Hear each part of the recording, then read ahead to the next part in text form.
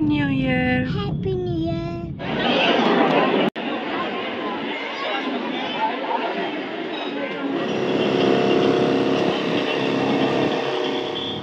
ఇప్పుడు ఎక్కడికి వెళ్తున్నాం? కోటిలింగేశ్వర. కోటిలింగేశ్వర కోలారమ్మ టెంపుల్ నుంచి రైట్ తీసుకున్నాం కదా.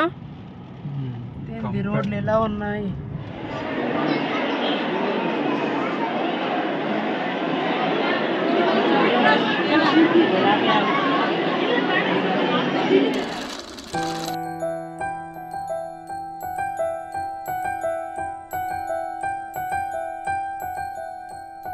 హలో అండి, welcome back to my channel. ఎలా ఉన్నారు అందరూ? బాగున్నారా? సో ఇది లాస్ట్ వ్లాగ్ కంటిన్యూషన్, అంటే కోలార్ వీడియో పెట్టాను కదా, సో దానికి సెకండ్ పార్ట్ కంటిన్యూషన్. మధ్యలో చాలా లాంగ్ గ్యాప్ రావడం వల్ల ఇప్పుడు పోస్ట్ చేస్తున్నాను. అండ్ ఆ రోజు అయితే మేము సోమేశ్వర టెంపుల్కి అండ్ కోలారమ్మ టెంపుల్కి అయితే విజిట్ చేసామని చెప్పాం కదా. సో ఆ తర్వాత కోటిలింగేశ్వర టెంపుల్కి అయితే వెళ్ళాము. ఆ ఎక్స్పీరియన్స్ ఎలా ఉంది? మేము కరెక్ట్ టైంకి వెళ్ళామా, రాంగ్ టైంకి వెళ్ళామా? చాలామంది చెప్తుంటారు కదా కోలార్ పర్టికులర్గా ఈ టైంకి వెళ్తే క్రౌడ్ ఎక్కువగా ఉంటుంది అని చెప్పి. సో అక్కడ మా ఎక్స్పీరియన్స్ ఎలా ఉంది అనేది మీతో షేర్ చేసుకుంటాను. కొంతమందికైనా యూజ్ ఉంటుంది అని చెప్పి. పదండి, మిమ్మల్ని కూడా మాతో పాటు తీసుకెళ్తాను. రోడ్లు ఎలా ఉన్నాయి?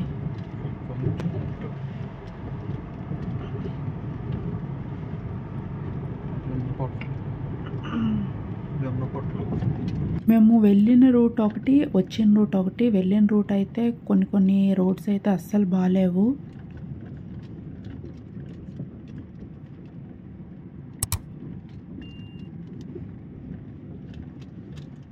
ఆల్రెడీ 2 టెంపుల్స్కి వెళ్ళాం కదా. సో ఇది కరెక్ట్గా 1 o'clock ఆ టైమ్. ఫుల్గా టయర్డ్ అయిపోయాం. ఇది వేలో మంకీస్ అయితే కనిపించాయి. ఎక్కువ ఉన్నాయి.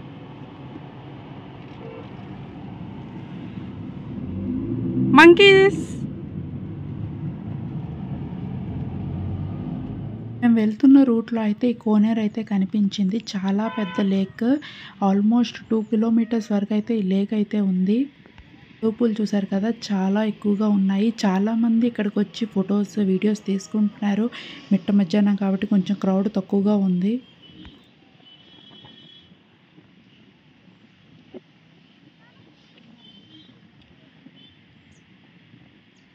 కోలార్ వెళ్ళాలి అనుకునే వాళ్ళు ఫస్ట్ అయితే సోమేశ్వర టెంపుల్, కోలారమ్మ టెంపుల్ అయితే విజిట్ చేయండి. ఎందుకంటే కోటిలింగేశ్వర టెంపుల్లో టైం టేకే. సో ఫస్ట్ ఈ టెంపుల్స్ విజిట్ చేశారనుకోండి, నెక్స్ట్ తాపీగా మనం హాయిగా కంప్లీట్ చేయొచ్చు. ఇవన్నీ కొత్త కాదు, మన ఊర్లో ఉన్నవే. కాకపోతే ఏంటంటే వేరే ఏరియా అనేసరికి మనకు అదేంటంటే టూరిస్ట్ ప్లేస్ లాగా అనిపిస్తుంది. ఇప్పుడు మన సైడ్ మహేంద్రము అవన్నీ వెళ్ళగా ఇక్కడ కోటిలింగేశ్వర టెంపుల్. ఇప్పుడు ఎవరు ఉన్న ప్లేస్లో వాళ్ళకి అది కొత్తగా అనిపించదు. వేరే ఊరు అన్నప్పటికీ కొత్తగా అనిపిస్తుంది, చూడాలి అని. ఎందుకలా అన్నానంటే మా ఊర్లో వాటర్ ఫాల్స్ ఉన్నాయి, బట్ మేము ఎప్పుడూ వెళ్ళాం. బట్ బయట ఊరు నుంచి అయితే చాలామంది వస్తుంటారు, అందుకే అది గుర్తొచ్చి ఇలా అన్నాం. రాంగ్గా తీసుకోవద్దు. ఇది కోటిలింగేశ్వర టెంపులేనా? ఫైనల్గా అయితే టెంపుల్ దగ్గరికి వచ్చేసాము. జాతర అవుతుంది మెయిన్, మనకు జాతర అని తెలియదు.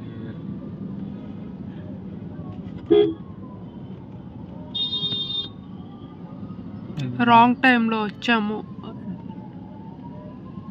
అనిపిస్తుంది. గుడి దగ్గర ఇల్లు ఉంటే బాగుంది అనేసి. మిక్చర్స్ మేబీ కడ్లకే ఫెస్టివల్ ఈరోజు ఎక్కడ జరుగుతుందేమో.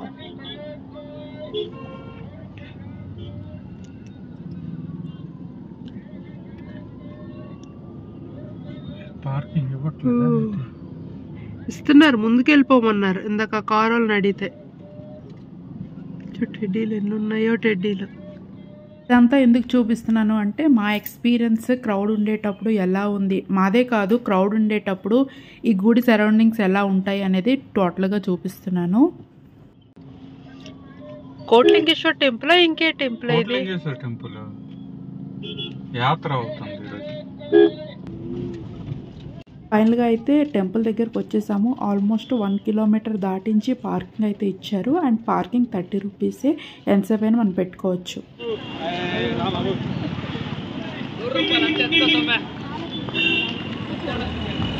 ఇక్కడ ఏంటంటే మనకి జాతర అయితే జరుగుతుంది. మేము January 1st వచ్చాం కదా, సో రీజన్ తెలీదు, జాతర అయితే జరుగుతుంది. ఇప్పుడు ఎక్కడ కనిపించకపోయేసరికి కన్ఫ్యూజ్ అయిపోయాము. పూజా సెట్ 50 to 100 రూపీస్ వరకు అయితే కాస్ట్ ఉంది. ఒక్కొక్కరి దగ్గర ఒక్కొక్క ప్రైస్ అయితే ఉంది. మనం సెపరేట్గా ఏమైనా కావాలి అన్నా తీసుకోవచ్చు. దీపాలు ఏమైనా వెలిగించాలి అనుకున్నా సరే వాళ్ళు మనకు ప్రొవైడ్ చేస్తారు. 365 ఒత్తులు ఉంటాయి కదా, సో ఆ దీపాలు కూడా వాళ్ళ దగ్గరే ఉన్నాయి. తీసుకున్న సెట్ ఏమొచ్చి 100 రూపీస్.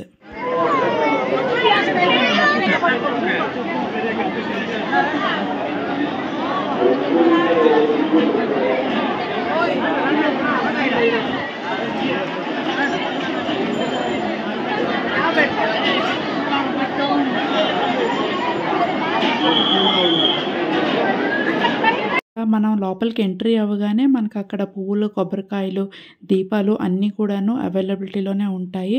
అండ్ ఇక్కడ రథోత్సవం జరిగింది. రాముడు, సీత, లక్ష్మణుడు.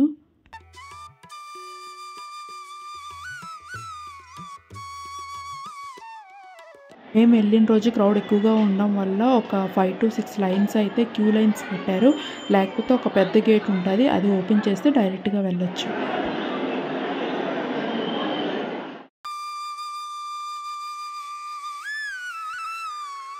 ఇది టెంపుల్ సరౌండింగ్స్, అంటే బయట వ్యూ నుంచి మొత్తం నందిలతో అయితే గోడల పైన డిజైన్ చేశారు.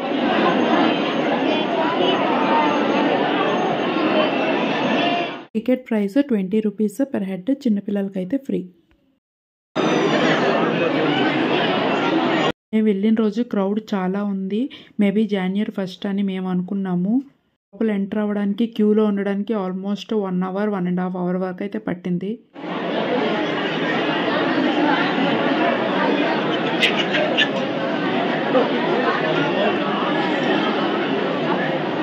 లోపలికి ఎంట్రీ అవ్వగానే మనకి లింగాలన్నీ కూడాను మనకి దర్శనమిస్తాయి. అంటే ఒక్కొక్కరు తెచ్చి ప్రతిష్ఠించిన లింగాలే ఇవన్నీ. ఇలా ఈ గుడి మొత్తం కూడా లింగాలు అయితే ఉంటాయి. సైజు ఒక్కొక్క సైజు, మ్యాక్సిమం ఇవన్నీ ఒకే సైజులో ఉంటాయి. ఇలా ప్రతిష్ఠించాలి లింగాలు మాత్రం. 2 లైన్స్ చూసారు కదా ఎన్ని లైన్స్ అయితే ఉన్నాయో. కొన్ని లింగాలు పెద్దవి ఉన్నాయి, కొన్ని లింగాలు అయితే చిన్నవి ఉన్నాయి. మ్యాక్సిమం చిన్న లింగాలు అయితే ఎక్కువగా ఉన్నాయి.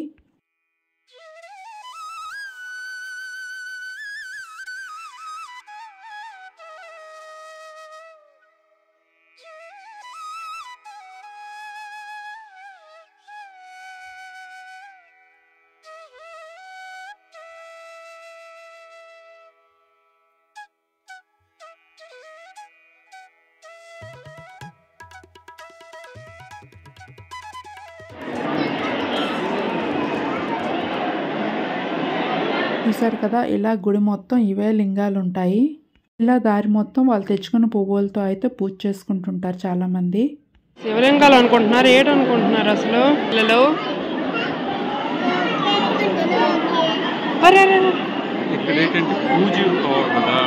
అయినా కూర్చోకూడదు చూడు లింగాలు. మరి పూజ పెట్టున్నారు అంటే వీళ్ళు బయట నుండి వచ్చిన వాళ్ళు పెడుతున్నారు.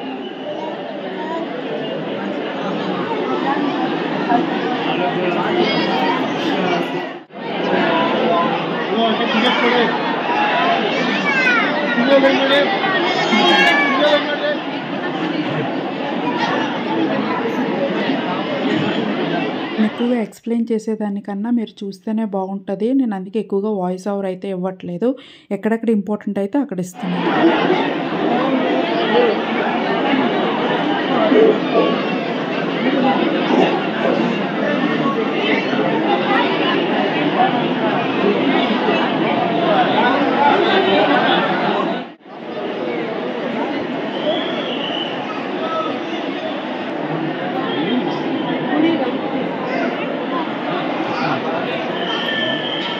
ఎదురుగా కనిపిస్తున్న ఆలయంలో ఫస్ట్ లింగం అయితే ప్రతిష్ఠించారు 1980లో.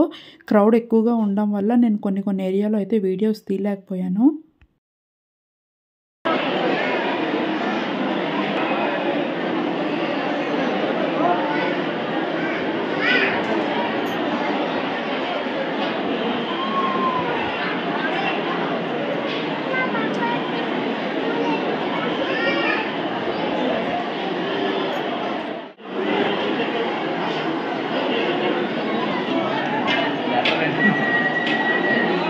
ఏంటంటే సిద్ధి వినాయక టెంపుల్ లోపలికైతే మేము వెళ్ళలేదు, బయట నుంచే దండం పెట్టుకున్నాము. ఫుల్ తోపులాట జరుగుతుంది, సో అందుకే రిస్క్ తీసుకోకుండా బయట నుంచి దండం పెట్టుకుని అయితే మేము వచ్చేసాము.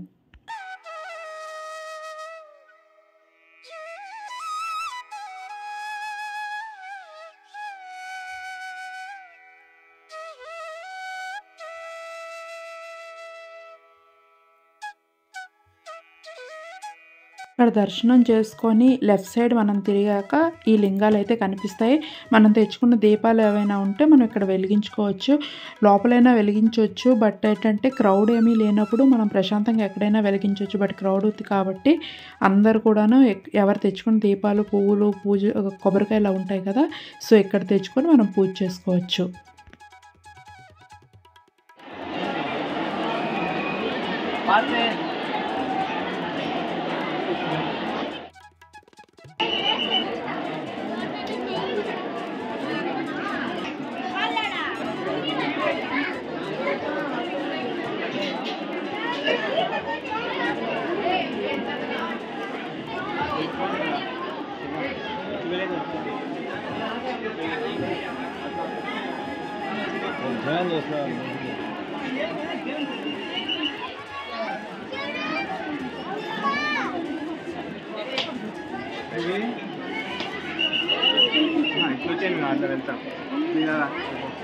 నేనేంటంటే దీపం ఎక్కడ పెట్టాలి అని ప్లేస్ అయితే చూస్తున్నాను, అసలు ఖాళీ లేదు. ఫైనల్గా అయితే ఒక ప్లేస్ అయితే దొరికింది, అక్కడికి వెళ్ళి ఫస్ట్ దీపం అయితే పెట్టేద్దామని వెళ్ళాం. ఇంట్లో మగవాళ్ళు వెలిగిస్తే అందరికీ వర్తిస్తుంది కాబట్టి మా వారి చేత అయితే వెలిగించేసాము. మనిషి ఒకరు దీపం పెట్టాలంటే ఇలాంటి ప్లేసెస్లో అవ్వదు కాబట్టి తనకే వెలిగించేయమన్నాను. సో అందుకే నేను 365 కట్టొత్తే తీసుకున్నాను. ఎలాగో ఇంత క్రౌడ్లో ఒక్కొక్కరు వెలిగించలేం కాబట్టి తను వెలిగించేస్తారని చెప్పి.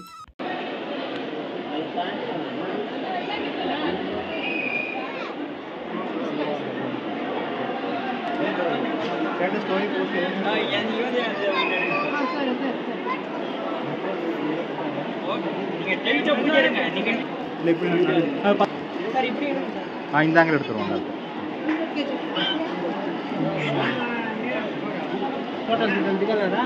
పర్పరెడీ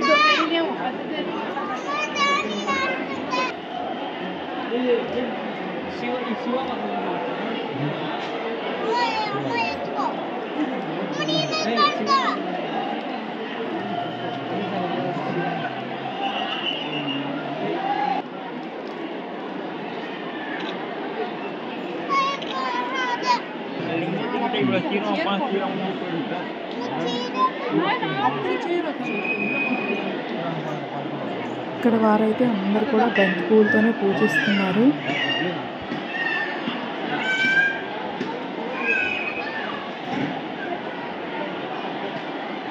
ఈ గుడిలో శివలింగాలు ఎవరైనా ప్రతిష్ఠ చేయించుకోవచ్చు. అంటే ఇక్కడికి వచ్చి మనం అక్కడ ఉన్న పంతులతో మాట్లాడితే వాళ్ళే ప్రతిష్ఠ చేపిస్తారు, ఆర్ మనం ఓన్గా అయినా తెచ్చుకోవచ్చు అని నేను అక్కడ విన్నాను. ఇక్కడ పూజలు కూడా తాళమేళాలతో వేద మంత్రాలతో అయితే పూజలు అయితే చేస్తారు.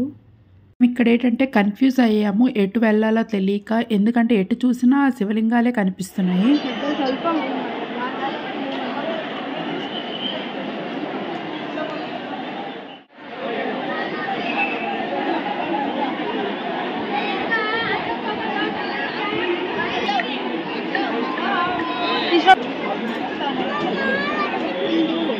ఇక్కడైతే ఒక వృక్షం అయితే ఉంది, లింగ వృక్షం. పెళ్లి కాని వాళ్ళు కానీ పిల్లలు కావాలనుకున్న వాళ్ళు కానీ ఎవరైనా ఉంటే అక్కడ ఉయ్యాలు కానీ ఒక తాడు ఉంటుందంట, అది తీసుకువెళ్ళి కడితే మనకి మన మనసులో ఏమైనా కోరికలు అనుకుంటే అవి నెరవేరుతాయంట. వీడియోలో తీయలేకపోయాను, క్రౌడ్ ఎక్కువగా ఉంది కాబట్టి. చెప్పాను కదా కొన్ని ఏరియాస్లో అయితే వీడియోస్ క్యాప్చర్ చేయలేకపోయాను. క్రౌడ్ ఉంటుందని అసలు ఎక్స్పెక్ట్ చేయలేదు.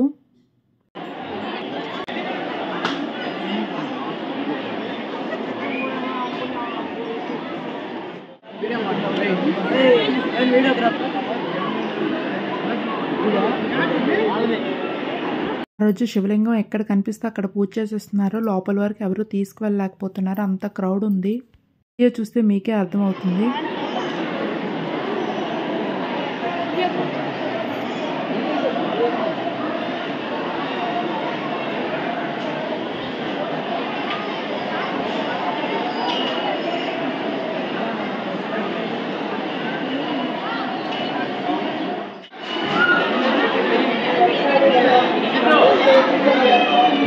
ఈ గుడి ఏంటంటే అన్నపూర్ణేశ్వరి గుడి. లోపల మనకి ఆంజనేయ స్వామి, అయ్యప్ప స్వామి, రాముడు, సీత, లక్ష్మణులు కూడా పూజలు అందుకుంటున్నారు. క్రౌడ్ ఎక్కువగా ఉండడం వల్ల చిన్న చిన్న క్లిప్స్ యాడ్ చేస్తున్నాను. అసలు ఏ గుడిలో కూడా ఖాళీ లేదు.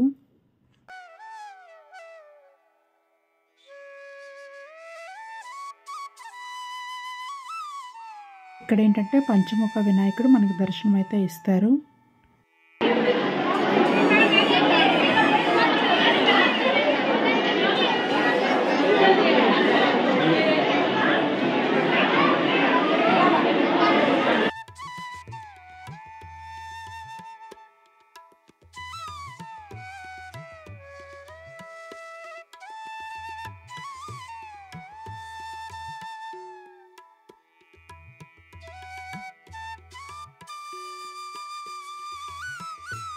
ఇక్కడ ఏంటంటే 11 గుళ్ళు అయితే ఉన్నాయి. ఒక్కొక్క దేవత పూజలు అయితే అందుకుంటున్నారు.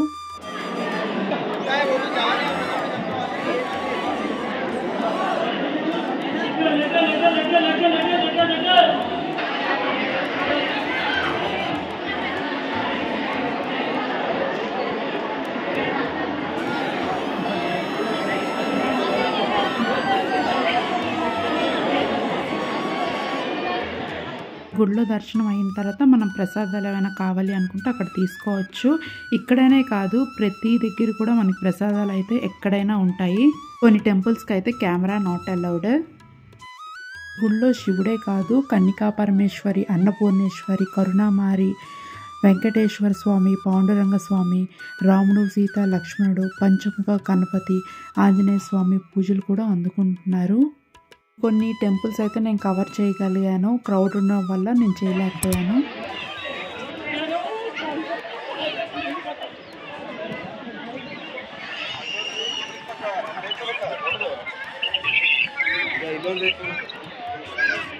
పంచముఖ వినాయకుడు దర్శనం అయిన తర్వాత మనకి ఎదురుగా ఈ లింగాలు అయితే అన్నీ కనిపిస్తాయి. కాదు ఇంకా చాలా ఉన్నాయి. ఈ గుడి వెనుక ఒక స్టోరీ కూడా ఉంది. మంజునాథ్ అనే భక్తుడు అసలు శివుణ్ణి ఆరాధించేవాడు కాదు. కానీ ఒకరోజు గుడికి వెళ్ళటం వల్ల లోపల ఉన్న దీపాలన్నీ కొండెక్కిపోయాయి. సో అక్కడ వాళ్ళందరూ శివుణ్ణి ప్రార్థించమంటే ఇతను మనసులో కోరుకోగానే దీపాలన్నీ వెలిగాయి. అప్పటి నుంచి అతను మహాభక్తుడు అయ్యాడు. అతను శివుణ్ణి తన మనసులో కోటిసార్లు అయినా తిట్టుకొని ఉంటాడు అని చెప్పి ఒక్కొక్క లింగాన్ని అయితే ప్రతిష్ఠించాడు. తెలుగులో మంజునాథ్ సినిమా ఉంది కదా, సో అది చూస్తే మనకు క్లారిటీ అయితే వస్తుంది. ఇక్కడ ఓన్లీ అభిషేకం కోసం సెపరేట్గా వాటర్ ట్యాంక్ అయితే భక్తుల కోసం ప్రొవైడ్ చేశారు. ఇండియాలోనే వన్ ఆఫ్ ది లార్జెస్ట్ శివలింగా ఉన్న టెంపుల్ ఇది. పుట్టికి దగ్గరలో 90 లక్షల పైగా శివలింగాలు అయితే ఉన్నాయి. అందుకే ఇది చాలా ఫేమస్. అసలు ఎక్స్పెక్ట్ చేయలేదు ఇంత క్రౌడ్ ఉంటుంది అని చెప్పి. బట్ ఎవరైనా వెళ్ళాలి అనుకుంటే వీక్ డేస్లో కానీ ఏవైనా ఒకేషన్స్ లేట్ టైంలో వెళ్తేనే చాలా మంచిది. ఇక్కడికి మెయిన్గా శివరాత్రి టైంలో అయితే ఇంకా విపరీతంగా వస్తుంటారు. చుట్టుపక్కల మనకి గెస్ట్ హౌస్, కళ్యాణ మండపం, మెడిటేషన్ హాల్, గార్డెన్ కూడా ఉంది. అండ్ చాలా పెళ్ళిళ్ళు కూడా, సామూహిక పెళ్ళిళ్ళు ఉంటారు కదా, సో ఆ పెళ్ళిళ్ళు కూడా ఇక్కడ జరిపిస్తుంటారంట. తప్పకుండా విజిట్ చేయాల్సిన ప్లేసే. బట్ క్రౌడ్, టైము అన్నీ చూసుకొని రిలాక్స్డ్గా రావాలి. ఎందుకంటే చాలా టైం టేకన్ ఇక్కడికి వచ్చాము అంటే. సమ్మర్స్లో వెళ్ళకండి. సమ్మర్స్లో వెళ్తే కాళ్ళు మండిపోతాయి. ఎందుకు మేము వింటర్లో వెళ్తేనే అక్కడ ఫ్లోర్ అంతా వేడైపోయింది. నార్మల్ ఇంక సమ్మర్లో వెళ్తే అస్సలు నడవలేరు, అంత వేడిగా ఉంటుంది.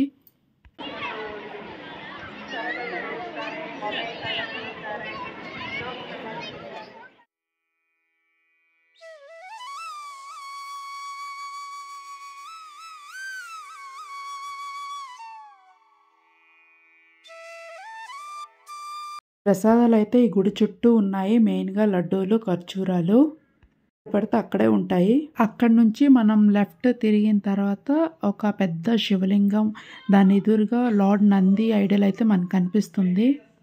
108 అడుగుల శివలింగం, దాని ఎదురుగా 35 అడుగుల నంది అయితే మనకు కనిపిస్తుంది. చూస్తున్నారు కదా వీడియోలో.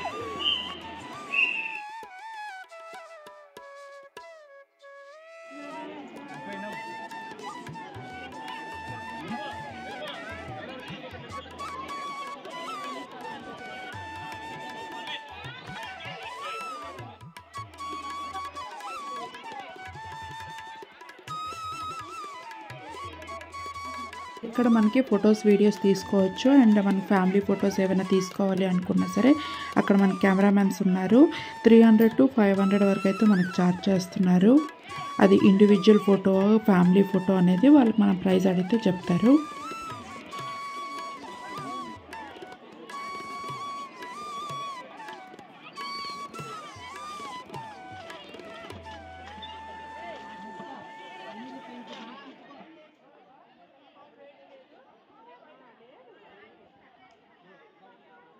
క్రౌడ్ ఉండేటప్పుడు పిల్లలతో కానీ పెద్దవాళ్ళతో వెళ్ళేటప్పుడు చాలా జాగ్రత్తగా ఉండాలి.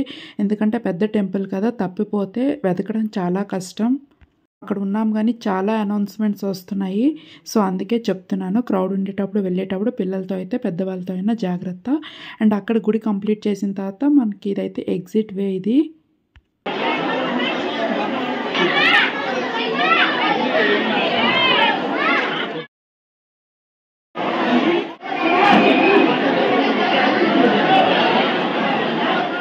గుడి నుంచి బయటకు వచ్చిన తర్వాత మనకు ఫుడ్ స్టాల్స్ అయితే కనిపిస్తాయి.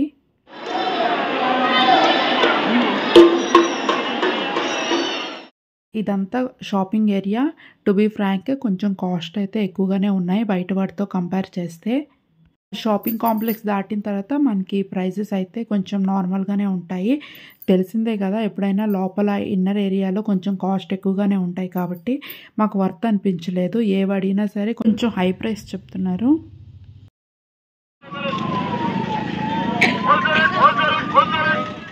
నేను ఆల్రెడీ దీని మీద షార్ట్ అయితే పెట్టాను కదా, ఉసిరికాయలు కోలార్ నుండి తెచ్చుకున్నామని చెప్పి ఇక్కడే కోట్లింగేశ్వర టెంపుల్ నుంచి అయితే తెచ్చాము. సో వాళ్ళ చెట్టువే అని చెప్పారు, సో అందుకనే తీసుకున్నాము. అక్కడ చాలామంది చాలా వరకు తెలుగులోనే మాట్లాడుతున్నారు.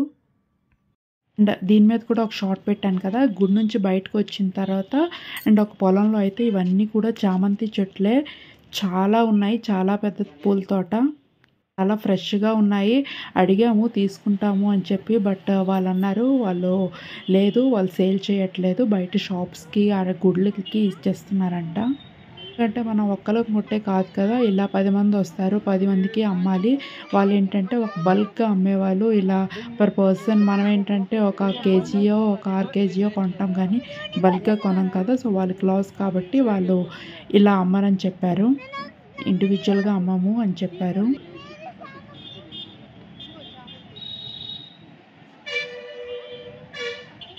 ఫైనల్గా అయితే కోట్లింగేశ్వర టెంపుల్ దర్శనం అయితే సంపూర్ణంగా కంప్లీట్ అయింది.